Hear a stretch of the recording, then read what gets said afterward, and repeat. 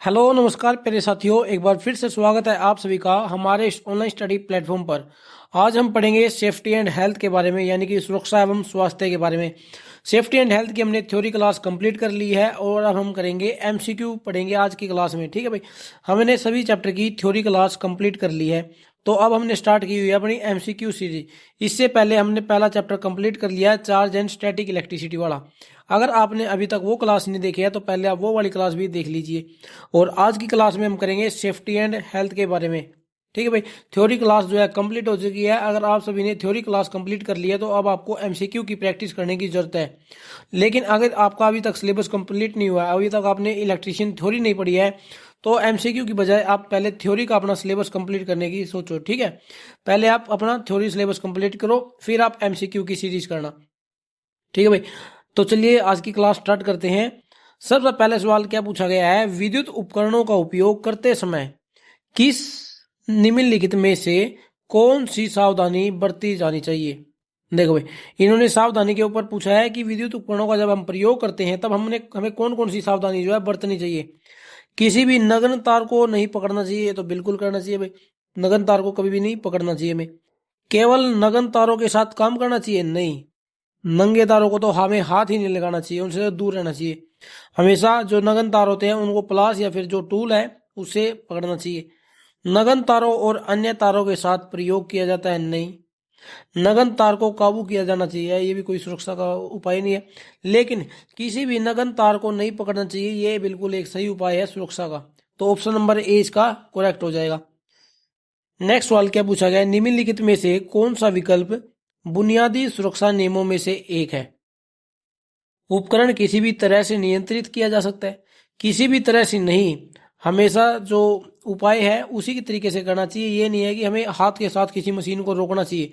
तो उपकरण को किसी भी तरह से नियंत्रित किया जा सकता है, ये बिल्कुल गलत बात है। मशीन चलाने के दौरान कर्मचारी को सावधान रहने की आवश्यकता नहीं है, नहीं। सावधान तो रहना ही पड़ेगा, जब भी हम अपनी सुरक्षा कर सकते हैं और अपने साथी कर्मचारियों की और मशीन की सुरक्षा कर सकते हैं। हमें सावधानी से कार्य करना चाहिए। कर्मचारी को यह सुनिश्चित करने की आवश्यकता नहीं है कि कार्यस्थल काम करने के लिए उचित है या नहीं। नहीं भाई, ये पहले हमें जांच करनी चाहिए कि जहां पर हम कार्य कर रहे हैं वो कार्यस्थल जो है उपयुक्त है उस कार्य के लिए या फिर नहीं है। तो ये तो ऑप्शन नंबर गलत है। मशीन चलाने के दौरान कर्मचारी को सावधानी बरतनी चाहिए, बिल्कुल ऑप्शन नंबर डी इसका करेक्ट हो जाएगा। बुनियादी सुरक्षा नियमों में से कौन सा एक है कि हमें जब भी हम मशीन चलाते हैं तो सावधानी हमें बरतनी चाहिए। अगला सवाल क्या है, निम्न में से कौन सी विद्युतीय दुर्घटना को रोक सकने वाली एक सुरक्षित कार्य प्रणाली नहीं है। ठीक है भाई, उपयुक्त सुरक्षा उपकरणों का उपयोग ही की उपेक्षा करना चाहिए, नहीं। हमें जो सुरक्षा उपकरण है ना उनका प्रयोग करना चाहिए, उनकी उपेक्षा नहीं करनी चाहिए। ठीक है, तो ये कार्य प्रक्रिया नहीं है। एनर्जाइज लाइनों के पास कार्य करते समय सावधानी बरतना, बिल्कुल भाई। जब हम किसी लाइन पर कार्य करते हैं, जब उसके अंदर मान लीजिए कोई करंट है तो हमें सावधानी से कार्य करना चाहिए। कोई लाइन एनर्जाइज है यानी उसके अंदर विद्युत है तो हमें वहां पर संभल कर कार्य करना चाहिए। निरीक्षण या मरम्मत करने से पहले विद्युत उपकरणों को डी एनर्जाइज करना, बिल्कुल। जब हम कार्य करते हैं, फिर हम किसी भी प्रकार का निरीक्षण करते हैं, टेस्टिंग करते हैं, तो हमें विद्युत उपकरणों से सप्लाई हटा देनी चाहिए, उनके अंदर से विद्युत को हटा देना चाहिए, डी एनर्जाइज कर देने चाहिए वो उपकरण। बिजली के उपकरणों की उचित देखभाल करना, बिल्कुल भाई ये भी सही है। यानी कि जो ऑप्शन नंबर ए है वो इस क्वेश्चन का जो है करेक्ट हो जाएगा। यानी कि हमें सुरक्षा उपकरणों का प्रयोग करना चाहिए, उनकी उपेक्षा नहीं करनी चाहिए। तो ऑप्शन नंबर ए इसका करेक्ट हो जाएगा। नेक्स्ट सवाल पर चलते हैं। दुर्घटनाएं आमतौर पर निम्नलिखित कारकों में से किसके कारण होती हैं। यानी कि जो दुर्घटनाएं हैं वो किस किस कारक पर निर्भर करती है, कि क्या कमी रहती है वहां पर जो हादसा हो जाता है। पर्यावरण का कुछ पॉइंट तक है, पर्यावरण जो है इसका कुछ हद तक सही हो सकता है, लेकिन आगे हम समझते हैं, अगले ऑप्शन पढ़ लेते हैं। मशीन की गलत जानकारी, बिल्कुल भाई। मशीन की गलत जानकारी होना दुर्घटना का कारण बन सकता है। यानी कि जिस मशीन के साथ हमें कार्य करना है, अगर हमें उसी मशीन के बारे में जानकारी नहीं है तो वहां पर हादसे होने के ज्यादा चांस रहते हैं। जल प्रदूषण, वाटर पोल्यूशन, नहीं भाई ये किसी भी प्रकार का हादसे का कारण नहीं बन सकता। वायु प्रदूषण भी नहीं। लेकिन जो पर्यावरण है ना, मान लीजिए आंधी तूफान आ रहा है या फिर बारिश आ रही है, उन दिनों में क्या है, दुर्घटनाएं हो सकती हैं अगर हम मौसम का ख्याल ना करें तो। लेकिन जो मशीन की गलत जानकारी है ये उपयुक्त आंसर है इस क्वेश्चन का। ठीक है, पर्यावरण कहीं तक हो सकता था अगर इस तरीके का ऑप्शन जो है नहीं दिया होता एग्जाम में। तो ऑप्शन नंबर ए नहीं होगा इसका, ऑप्शन नंबर बी हो जाएगा। वर्कशॉप में भारी सामान उठाते समय अधिकतम भार शरीर के किस अंग पर हमें देना चाहिए? जब भी हम कोई भार उठाते हैं वर्कशॉप के अंदर, तो हमें जो अधिकतम भार है वो कहाँ पर रखना चाहिए? क्या हमें पीठ पर रखना चाहिए, क्या पैरों पर, छाती पर, या फिर कंधों पर? देखिए, जब भी हम किसी भारी सामान को उठाते हैं तो हमें हमेशा पैरों पर ज्यादा वेट डालना चाहिए, बैक पर नहीं डालना चाहिए ज्यादा वेट, ना ही चेस्ट पर, ना ही कंधों पर, हमेशा पैरों पर ज्यादा वेट डालना चाहिए। अगला सवाल क्या है? आईई नियमों का उद्देश्य क्या है? बेहतर विद्युत उत्पादन के लिए। अगर बेहतर विद्युत उत्पादन के लिए होता तो ये जनरेशन स्टेशन पर लगते, बस जनरेशन स्टेशन पर लगते आईई नियम। अगर हमारा ये उद्देश्य होता कि हमें विद्युत का उत्पादन अच्छा करना है, तो जो आईई नियम है वो केवल जनरेशन पर लगते। तो ऑप्शन नंबर एक गलत है इसका। एडी द्वारा हानि को कम करने के लिए, एडी करंट हानि को कम करने के लिए हम क्या करते हैं? कोर को लेमिनेशन करते हैं। तो यहाँ पर ये सवाल, ये ऑप्शन जो है गलत हो जाएगा, क्योंकि ये रिलेटेड ही नहीं है ये ऑप्शन इस सवाल से। क्योंकि एडी द्वारा हानि जो है मेन जो है ट्रांसफार्मर के अंदर होती है, और ट्रांसफार्मर की कोर जो होती है उसकी पत्तियों को हमें लेमिनेशन करना चाहिए और पतली यानी कि थिन बनानी चाहिए, उसे हम एडी द्वारा हानि को कम कर सकते हैं। सुरक्षा और संरक्षा के लिए, बिल्कुल भाई ऑप्शन नंबर सी इसका सही है। सुरक्षा और संरक्षा के लिए हम आईई नियमों का पालन करते हैं, विद्युत हानि को कम करने के लिए नहीं। विद्युत हानि को कम करने के लिए क्या है, रूल बनाए गए हैं कि जो वोल्टेज ड्रॉप है वो 3 से 5% से कम नहीं होना चाहिए। तो ये ऑप्शन नंबर डी गलत है, ऑप्शन नंबर सी जो है इसका करेक्ट हो जाएगा। अगला सवाल क्या पूछा गया है? एक व्यक्ति बिजली का झटका लगने के कारण बेहोश हो गया है, उसे पीने के लिए क्या दिया जाना चाहिए? देखिए दोस्तों, ये जो सवाल है ये टेक्निकल हेल्पर के एग्जाम में आया हुआ है राजस्थान के अंदर, ठीक है। उन्होंने इसका ऑप्शन नंबर ए करेक्ट माना है, यानी कि पानी हमें देना चाहिए। लेकिन जब भी याद रखना, जब भी किसी को बिजली का झटका लग जाए और वो बेहोश हो जाए, तो उसे हमें कुछ भी नहीं देना चाहिए, खाने या पीने के लिए कुछ भी नहीं देना चाहिए, कुछ भी नहीं देना चाहिए जब भी विद्युत का झटका लग जाए। याद रखना, विद्युत का झटका लगने के कारण व्यक्ति बेहोश हो गया तो उसे खाने पीने के लिए कुछ नहीं देना चाहिए। लेकिन जो टेक्निकल हेल्पर वाला एग्जाम है, उन्होंने इसका ऑप्शन नंबर ए करेक्ट माना है, पानी देना चाहिए। नेक्स्ट सवाल, कंफ्यूजन नहीं रहनी चाहिए कुछ भी। डैश से अधिक की विद्युत धारा वाले बिजली के झटके से त्वचा जल जाएगी, यानी कि कितने से अधिक जो है विद्युत धारा का प्रवाह हमारे शरीर की त्वचा को जला सकता है। ऐसा जब भी सवाल आ जाए, इसमें जो है रट्टा नहीं लगाया जा सकता, क्योंकि इसमें ऑप्शन जो है किसी भी तरीके से दिए जा सकते हैं। लेकिन आपको क्या याद रखना है, जब भी इस तरीके का सवाल पूछ ले कि डैश से अधिक की विद्युत धारा वाले बिजली के झटके से त्वचा जल जाएगी, तो हमेशा जो भी ज्यादा वाला ऑप्शन हो ना वो आपको चूज करना है। इसमें सबसे ज्यादा वाला ऑप्शन क्या है? ऑप्शन नंबर ए हमें दिख रहा है 200 मिली एम्पेयर। 200 मिली एम्पेयर से ऑप्शन कोई सा भी इसमें बड़ा नहीं है। 10 मिली एम्पेयर है, 15 मिली एम्पेयर है, 50 मिली एम्पेयर। 10 मिली एम्पेयर तक तो हमें जो है विद्युत का झटका जो है महसूस भी नहीं होता है, ठीक है। हल्का सा झटका लग जाएगा 10 मिली एम्पेयर, ये नहीं है कि त्वचा जल जाएगी। 15 पर भी नहीं। 50 मिली एम्पेयर पर हृदयघात तो हो सकता है, लेकिन क्या है, त्वचा नहीं जलेगी। इसलिए 200 मिली एम्पेयर के ऊपर क्या है, उससे अधिक वाले पर हमारे शरीर की त्वचा जल जाएगी, अगर विद्युत का प्रवाह हमारे शरीर के अंदर होता है तो, ठीक है भाई। अगला सवाल क्या पूछा गया है? आईई नियम 1956 के अनुसार प्रत्येक विद्युतमय चालक और भू संपर्कन के बीच 1 मिनट की अवधि के लिए लगाए गए 500 वोल्ट के वोल्टेज पर मध्यम और निम्न वोल्टेज वाले इंस्टॉलेशनों का विद्युत रोधन प्रतिरोध कम से कम कितना होना चाहिए? देखो, इस सवाल में क्या पूछा गया है कि जो 1956 के आईई नियम है, उनमें चालक के बीच में और अर्थ के बीच में कितना हमें रेजिस्टेंस रखना चाहिए, वो पूछा गया है इसके अंदर। 500 वोल्ट पर, 500 वोल्टेज पर, तो याद रखना कम से कम 1 मेगा ओम, 1 मेगा ओम से कम हमें प्रतिरोध नहीं रखना चाहिए। याद रखना, ये भी बहुत इंपॉर्टेंट सवाल है, काफी एग्जाम में ये सवाल पूछा गया है कि जो कम से कम कितना प्रतिरोध होना चाहिए विद्युतमय चालक और अर्थिंग के बीच में, 1 मेगा ओम के बीच में। और किसके द्वारा मापते हैं? ये मेगर के द्वारा। ये प्रतिरोध जो है हम मेगर के द्वारा माप सकते हैं, ठीक है भाई, 1 मेगा ओम। नेक्स्ट सवाल पर चलते हैं। विद्युत कार्य के लिए किस तरह के जूतों का उपयोग करना चाहिए, यानी कि जो सेफ्टी शूज है वो किस तरीके के होने चाहिए। चमड़े के सोल वाले कपड़े के जूते, या फिर रबर सोल वाले कपड़े के जूते, मोटे रबर सोल वाले चमड़े के जूते। बिल्कुल भाई, ऑप्शन नंबर सी इसका करेक्ट हो जाएगा, यानी कि जो जूते हैं सेफ्टी शूज जो होते हैं उनकी सोल जो है मोटे रबड़ की होनी चाहिए ताकि उसके अंदर से करंट का प्रवाह ना हो सके, और चमड़े के जूते होने चाहिए। ठीक है, ऊपर का जो हिस्सा है वो चमड़े का होना चाहिए। तो ऑप्शन नंबर सी इसका करेक्ट हो जाएगा। जो विद्युत कार्य करने के लिए हमें मोटे रबड़ वाले सोल वाले चमड़े के जूतों का प्रयोग करना चाहिए। चमड़े सोल वाले चमड़े के जूते नहीं भाई, चमड़े की अगर सोल लेंगे तो वो बहुत ज्यादा हार्ड हो जाएगी। नेक्स्ट पर चलते हैं। डैश कंबल बालू इत्यादि का उपयोग करके ऑक्सीजन की आपूर्ति रोककर आग बुझाने की प्रक्रिया कहलाती है। देखिए सवाल आप केवल यहां से पढ़िए, ऑक्सीजन की आपूर्ति रोककर आग बुझाने की प्रक्रिया को कहा जाता है स्मूथरिंग। जब थ्योरी पढ़ रहे थे मैंने आपको बताया था कि ऑक्सीजन को अगर ऑक्सीजन की आपूर्ति को रोकते हैं तो हम उसे स्मूथरिंग कहते हैं। शीतलक किसे कहते हैं, जल के द्वारा जब हम आग बुझाएंगे तो उसे हम कहेंगे शीतलक। लेकिन ऑक्सीजन की कमी करके आग बुझाने की प्रक्रिया को हम स्मूथरिंग कहते हैं। और कंबल व फिर बालू जिस पर आग लगी हो उसके ऊपर, मान लीजिए कोई व्यक्ति है उसको आग लगी है तो हम क्या है उसको उसके चारों तरफ कंबल लपेट देते हैं ताकि उसके अंदर ऑक्सीजन ना जा पाए, तो वहां से क्या है आग बुझ जाती है। तो उसको प्रक्रिया को हम कहते हैं स्मूथरिंग। ठीक है, कंबल देना नहीं होगा, समन नहीं होगा। ठीक है, शीतलक कब कहते हैं, जब हम जल से आग को बुझाते हैं। नेक्स्ट सवाल क्या है, निम्नांकित में से कौन सा आग का कारण नहीं है। पढ़िए भाई, चार ऑप्शन पढ़िए। क्या गलत फ्यूज रेटिंग, ढीले कनेक्शन, लाइन व न्यूट्रल के बीच क्षतिग्रस्त इंसुलेशन, 3 फेज मोटर में रिवर्स करें। देखो भाई, आग लगने के कारण कौन सा नहीं है ये बताना भाई।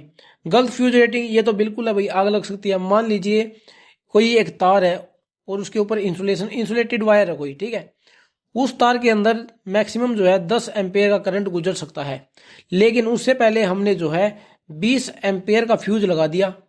ठीक है, अब उस जैसे ही उस तार के अंदर 15 एम्पेयर करंट जाएगी, फ्यूज तो पिघलेगा नहीं क्योंकि फ्यूज की तो जो रेटिंग है वो 20 एम्पेयर है, लेकिन जो तार का इंसुलेशन है ना वो तार का इंसुलेशन जल जाएगा, और उसके जलने के कारण क्या है वहां पर आग लग सकती है। तो गलत फ्यूज रेटिंग जो है आग लगने का पूरा कारण है। ढीले कनेक्शन के कारण क्या है स्पार्किंग होगी, स्पार्किंग से क्या है आग लग सकती है। लाइन व न्यूट्रल के बीच क्षतिग्रस्त इंसुलेशन, यानी कि जो इंसुलेशन है वो जल गया है या फिर किसी भी तरीके से खराब हो चुका है तो वहां पर आग लगने का खतरा हो सकता है। 3 फेज मोटर में रिवर्स कनेक्शन, बिल्कुल सही भाई, ऑप्शन नंबर डी जो है इसका करेक्ट हो जाएगा। ये जो है आग लगने का कारण नहीं है। 3 फेज मोटर में अगर रिवर्स कनेक्शन होंगे तो क्या है वो उल्टी दिशा में घूमने लग जाएगी मोटर, तो लेकिन वहां पर क्या है आग नहीं लग सकती है किसी भी तरीके से। अगला सवाल क्या पूछा गया है, कपास या अन्य कपड़े के कारण लगने वाली आग को बुझाने के लिए इनमें से कौन सा अग्निशामक प्रयुक्त होता है। देखो भाई, कपास और कपड़े में कौन से वर्ग की आग लगती है, एक क्लास की आग लगती है। एक क्लास की आग को जो है जल के द्वारा बुझाया जा सकता है। किसके द्वारा, जल के द्वारा बुझाया जा सकता है। लेकिन इनमें से क्या और भी कोई ऑप्शन है जिनके द्वारा इस आग को बुझाया जा सकता है, शुष्क रसायन, बिल्कुल भाई, शुष्क रसायन के द्वारा जो है कपास और कपड़े की आग को बुझाया जा सकता है। फोम वाले के द्वारा नहीं बुझा सकता, ना ही सोडा अम्ल के द्वारा। तो अब है आपके सामने दो ऑप्शन, जल है और शुष्क रसायन है। तो जब भी इस तरीके का सवाल आ जाए एग्जाम में और ऑप्शन में जल भी आ जाए और शुष्क रसायन भी आ जाए तो आपको शुष्क रसायन जो है करेक्ट करना है, ना कि जल। अगर शुष्क रसायन जो है ऑप्शन में नहीं आता है तो हम क्या है जल वाले ऑप्शन पर क्लिक कर देंगे और वो जो है सही जवाब होगा उसका। लेकिन अगर शुष्क रसायन जो है ऑप्शन में मिलता है तो हम शुष्क रसायन वाले पर को सही मानेंगे। ठीक है, और कपास और अन्य कपड़े की आग जो है एक वर्ग की आग होती है। अगला सवाल क्या है, डैश प्रकार के आग में झाग और सूखा पाउडर वाले अग्निशामक प्रयुक्त होते हैं, यानी कि इनमें से कौन से वर्ग के लिए हम झाग और सूखे पाउडर का प्रयोग कर सकते हैं। देखिए भाई, जो शुष्क पाउडर होता है यानी कि ड्राई पाउडर जो होता है वो हम वर्ग ए के लिए भी यूज करते हैं, बी के लिए भी यूज करते हैं, सी के लिए भी और डी के लिए भी। लेकिन जो झाग है, झाग वाला किसके लिए करते हैं, झाग वाला करते हैं हम केवल बी के लिए। इसके लिए फोम टाइप वाला जो एक्सटिंग्यूशर होता है उसे हम केवल बी वर्ग की, बी क्लास की आग के लिए करते हैं। तो इसलिए इसका ऑप्शन नंबर बी करेक्ट हो जाएगा, क्योंकि ड्राई पाउडर तो हम ए के लिए भी यूज करते हैं, बी के लिए, सी के और डी के लिए भी। और जो है आग बुझाने के लिए भी हम ड्राई पाउडर का इस्तेमाल करते हैं। तो इसका ऑप्शन नंबर बी करेक्ट हो जाएगा। वर्ग बी की आग बुझाने के लिए हम जाग और सूखे पाउडर का इस्तेमाल करते हैं। नेक्स्ट सवाल पर चलते हैं। अगला सवाल क्या है, एक सजीव विद्युत अग्नि के लिए निम्न में से कौन सा अग्निशामक उपयुक्त होता है। सजीव यानी कि लाइव है, किसी तार के अंदर क्या है, करंट चल रहा है और उसके अंदर क्या है, आग लगी हुई है उसी जगह पर। तो उस आग को बुझाने के लिए हम किस टाइप का, याद रखना वैसे तो हम हेलोन वाला यूज करते हैं, हेलोन एक्सटिंग्यूशर। हेलोन के लिए अंदर मैंने आपको बताया था सीटीसी यानी कि कार्बन टेट्राक्लोराइड और ब्रोमो क्लोरो डाइफ्लोरो जो होता है उसके अंदर, हेलोन वाले के अंदर। ठीक है, प्राथमिकता हम किसे देते हैं, हेलोन वाले को प्राथमिकता देते हैं। अब ऑप्शन में देखते हैं क्या है। जल, जल का तो कभी भी प्रयोग नहीं करना चाहिए विद्युत की आग बुझाने के लिए। CO2 है यहाँ पर, ठीक है, CO2 अग्निशामक यानी कि CO2 अग्नि एक्सटिंग्यूशर का इस्तेमाल करते हैं, बिल्कुल भाई, CO2 एक्सटिंग्यूशर का इस्तेमाल करते हैं। फोम वाले का नहीं करते, फोम वाले का प्रयोग हम बी क्लास की आग के लिए करते हैं। शुष्क रसायन का इस्तेमाल भी नहीं करते हम, ठीक है। इसका इस्तेमाल करते हैं CO2 शुष्क रसायन। शुष्क रसायन जो है कर लेते हैं, लेकिन क्या है, अगर सजीव तार है तो, क्योंकि शुष्क रसायन जो है लो वोल्टेज के लिए हम इस्तेमाल करते हैं। किसके लिए, लो वोल्टेज के लिए, लो वोल्टेज के लिए, ठीक है, शुष्क रसायन। तो यहाँ पर ऑप्शन नंबर बी हमें करेक्ट करना पड़ेगा। जो CO2 है, कार्बन ऑफ डाइऑक्साइड जो गैस होती है, उसके द्वारा हम जो है सजीव तार में लगी हुई आग को बुझा सकते हैं। ठीक है भाई, नेक्स्ट सवाल पर चलते हैं। वर्ग ए की आग निम्न में से किससे उत्पन्न होती है। यानी कि जो वर्ग ए की आग है, इन पांचों ऑप्शन में से कौन से में जो है लग सकती है। लकड़ी के अंदर, ट्रांसफार्मर के अंदर, दहनशील धातुएं, तेल, ज्वलनशील द्रव। देखिए भाई, जो लकड़ी की आग होती है, लकड़ी की आग जो है किसमें लगे, इसमें वर्ग ए में मानी जाती है। ठीक है, लकड़ी होगी या फिर जो भी ज्वलनशील जो पदार्थ होते हैं वो वर्ग ए में आते हैं। और जो ट्रांसफार्मर है, ट्रांसफार्मर जो है विद्युत आग लगने आग है, तो ये क्लास सी में मानी जाती है, ट्रांसफार्मर वाली आग। ठीक है, दहनशील धातुएं जो है वर्ग डी में आती है, यानी कि किसी भी धात्विक भाग में आग लग जाए तो वो क्या है, डी क्लास में आती है। तेल और ज्वलनशील द्रव जो है क्लास बी की आग होती है।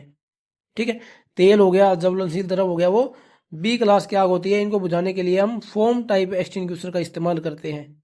ठीक है भाई, नेक्स्ट सवाल पर चलते हैं। अगला सवाल क्या है, विद्युत उपकरणों के साथ काम करते समय निम्नलिखित में से कौन सी सीढ़ी जो है सबसे सुरक्षित रहती है। जब भी हम विद्युत उपकरणों पर कार्य करते हैं तब किस प्रकार की सीढ़ी का इस्तेमाल करना चाहिए। लकड़ी की, fibre glass, aluminium, step tool, लोहा। ये तीन ऑप्शन तो पहले ही गलत हो जाएंगे क्योंकि ये एक धातु होती है। एल्यूमिनियम का इस्तेमाल नहीं करना चाहिए, स्टेप टूल का इस्तेमाल नहीं करना चाहिए, लोहे का इस्तेमाल नहीं करना चाहिए। लकड़ी, देखिए लकड़ी जो है एक इंसुलेटर पदार्थ होता है। ठीक है भाई, इंसुलेटर पदार्थ होता है, लेकिन क्या होता है, लकड़ी के अंदर जब नमी आ जाती है बारिश वाले मौसम में, या फिर जब भी उसके अंदर नमी आ जाती है, तब वो एक धात्विक, एक कंडक्टर की तरह कार्य करती है। किसकी तरह, कंडक्टर, यानी करंट जो है उसके अंदर से गुजर सकता है लकड़ी। लेकिन जो फाइबर ग्लास होता है ना, फाइबर ग्लास के अंदर ना तो नमी आती है, और वो विद्युत उपकरणों पर कार्य करने के लिए सबसे अच्छी मानी जाती है फाइबर ग्लास की सीढ़ी। ठीक है, लकड़ी के अंदर मैंने बता दिया आपको नमी आ जाती है, लेकिन उससे अच्छा पदार्थ क्या है, फाइबर ग्लास है। फाइबर ग्लास के अंदर क्या है, नमी भी नहीं आती है, और ये हमेशा हमें प्रयोग करनी चाहिए जब भी हम विद्युत पर कार्य करते हैं, कोई पोल वगैरह पर कार्य कर रहे हैं, ट्रांसफार्मर की कोई मेंटेनेंस वगैरह जब भी हम करते हैं तो फाइबर ग्लास की सीढ़ी का इस्तेमाल करना चाहिए। अगला सवाल क्या है, यदि तेल, पेट्रोल या विद्युत दोष की वजह से आग लगी हो तो प्रयोग किए जाने वाले अग्निशामक कौन सा होगा। क्या वो फोम टाइप वाला होगा। फोम टाइप वाला तो कभी भी नहीं करते। देखिए, तेल के लिए हम अलग एक्सटिंग्विशर करते हैं, पेट्रोल और तेल के लिए, और विद्युत दोष के लिए अलग करते हैं। लेकिन हमें इन चारों ऑप्शन में से एक ऐसा ऑप्शन ढूंढना पड़ेगा जो इन तीनों के लिए उपयुक्त होता है। ठीक है भाई, सोडा एसिड टाइप का नहीं करेंगे, CTC। देखिए, अगर ऑप्शन में होता हेलोन वाला तो हम हेलोन को ठीक करते, लेकिन हेलोन के अंदर मैंने आपको फिर पहले ही बताया CTC और ब्रोमो क्लोरो डाइफ्लोरो होता है। ठीक है, किसका, CTC का और ब्रोमो क्लोरो डाइफ्लोरो मीथेन गैस का मिश्रण होता है। तो हम इसका ऑप्शन नंबर हमें सी सही करना पड़ेगा, क्योंकि जो CTC है उसका प्रयोग हम विद्युत दोष की आग को बुझाने के लिए करते हैं और तेल और पेट्रोल की आग को बुझाने के लिए भी करते हैं। कार्बन डाइऑक्साइड के द्वारा हम विद्युत दोष को यानी कि इलेक्ट्रिक फॉल्ट वाली को तो बुझा सकते हैं, लेकिन तेल और पेट्रोल वाली आग को नहीं बुझा सकते। ठीक है ना। तो इसलिए, और जो अगर ऑप्शन में ये भी आ जाता ना केवल विद्युत दोष की आग बुझानी हमें, और ऑप्शन में मिल जाता सीटीसी और कार्बन डाइऑक्साइड, तो हमेशा आपको सीटीसी पर ही को ही सही करना पड़ेगा। कार्बन डाइऑक्साइड से ज्यादा हम प्राथमिकता सीटीसी को देते हैं। ठीक है ना, याद रखना इस बात को।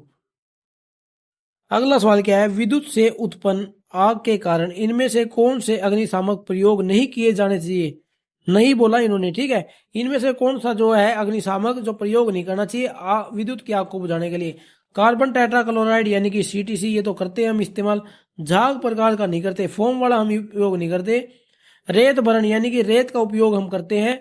कार्बन डाइऑक्साइड यानी कि CO2 का भी हम इस्तेमाल करते हैं, लेकिन झाग वाले प्रकार का इस्तेमाल हम नहीं करते, झाग एक्सटिंग्विशर का। ठीक है, तो इसलिए इसका ऑप्शन नंबर भी करेक्ट हो जाएगा।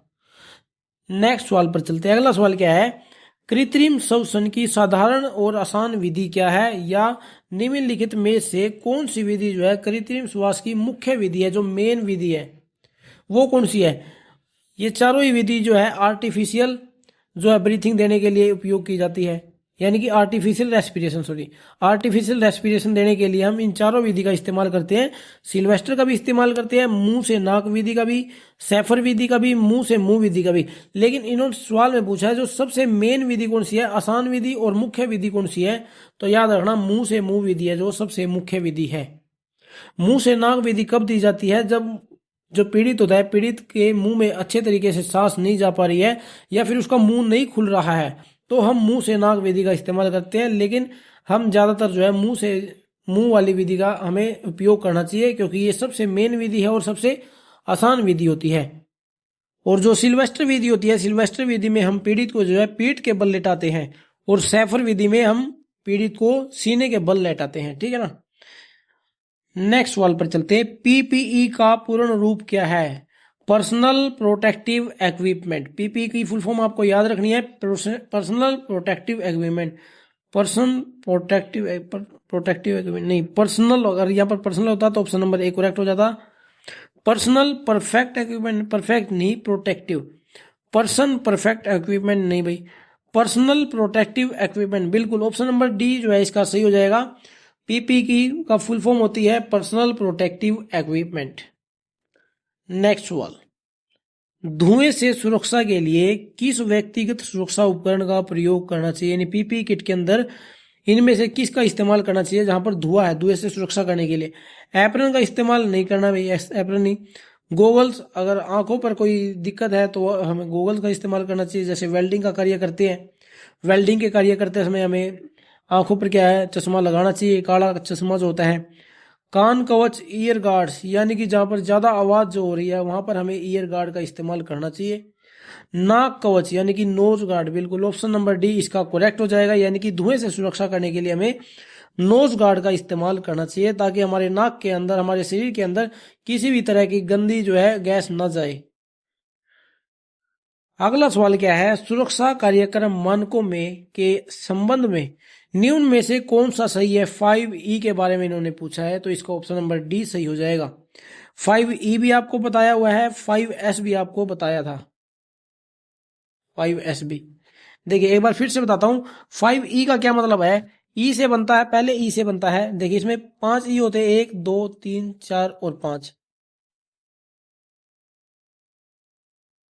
सबसे पहले होता है एजुकेशन, एजुकेशन। फिर होता है एनकरेजमेंट,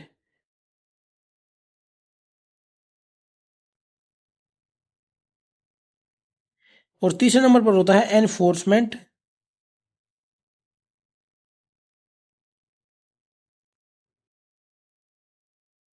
फिर होता है इंजीनियरिंग।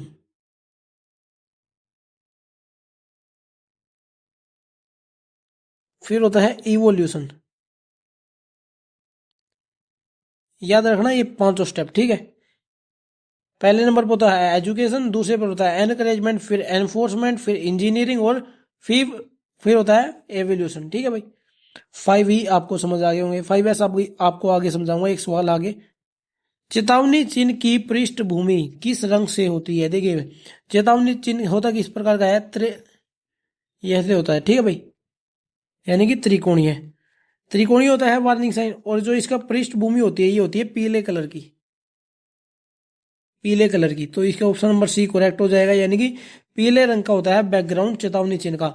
और सिर्फ इसके ऊपर जो साइन बनाया जाता है वो काले रंग का बनाया जाता है, जो काला संकेत इसके ऊपर बनाया जाता है, पीली पृष्ठभूमि पर काला संकेत।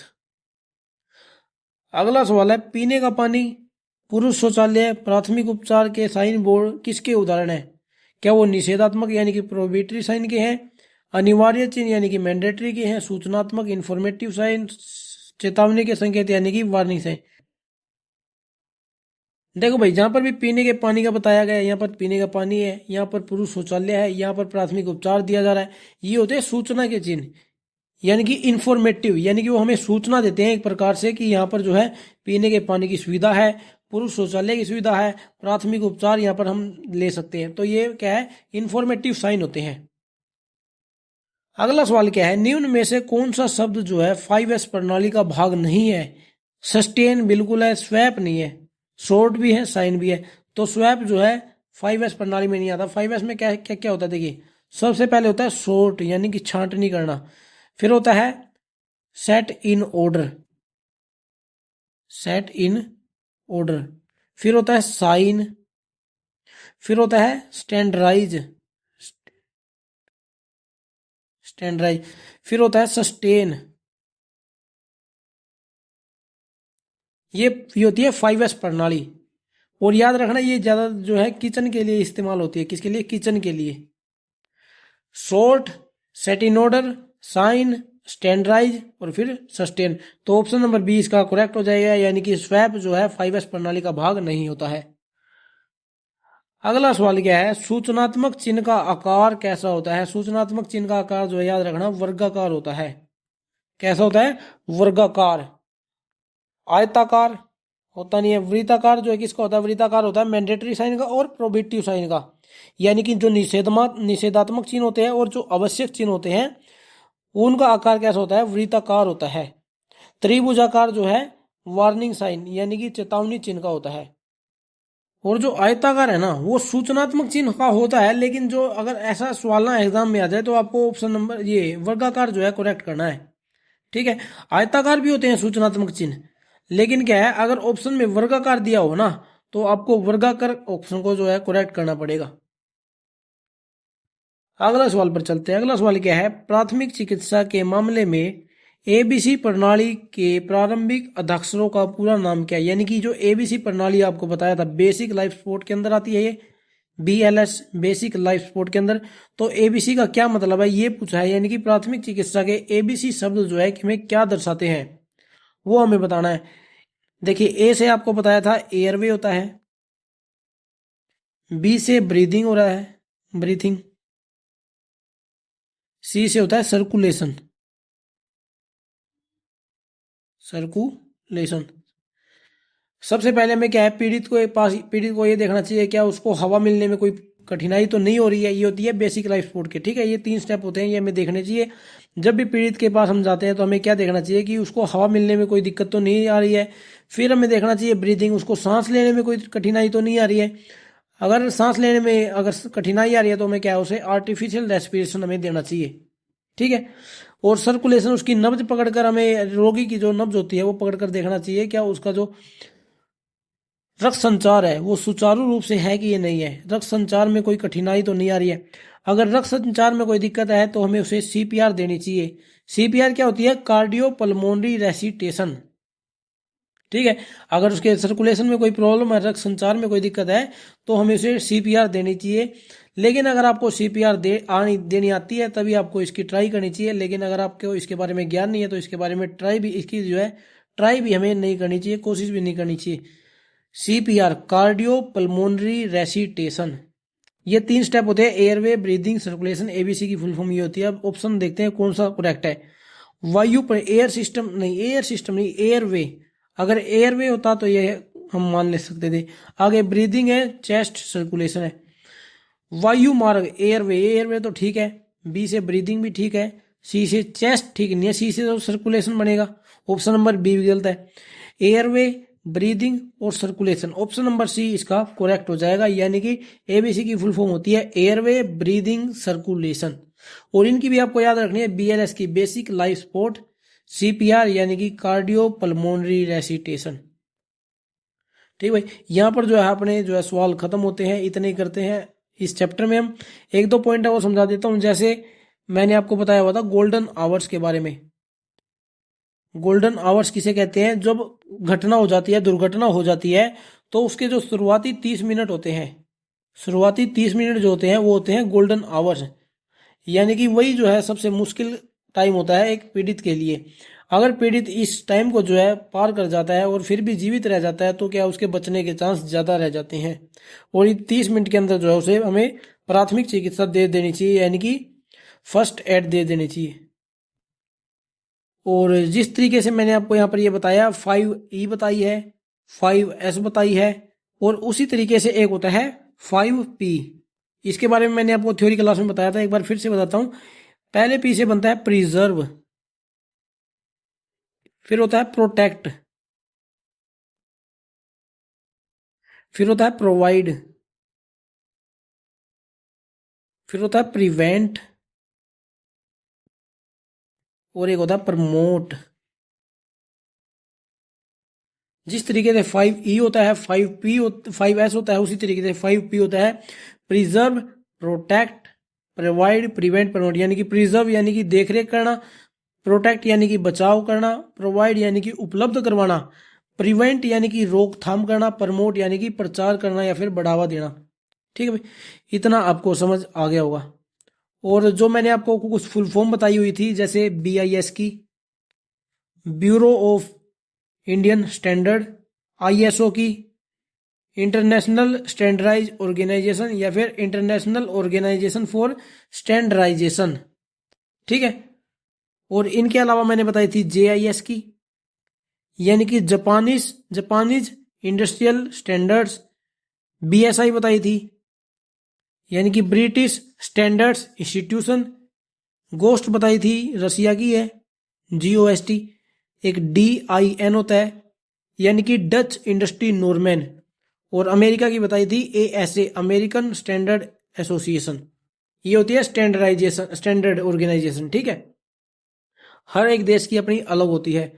और BIS जो है ISI का चिन्ह लगा कर देती है। किसका? ISI।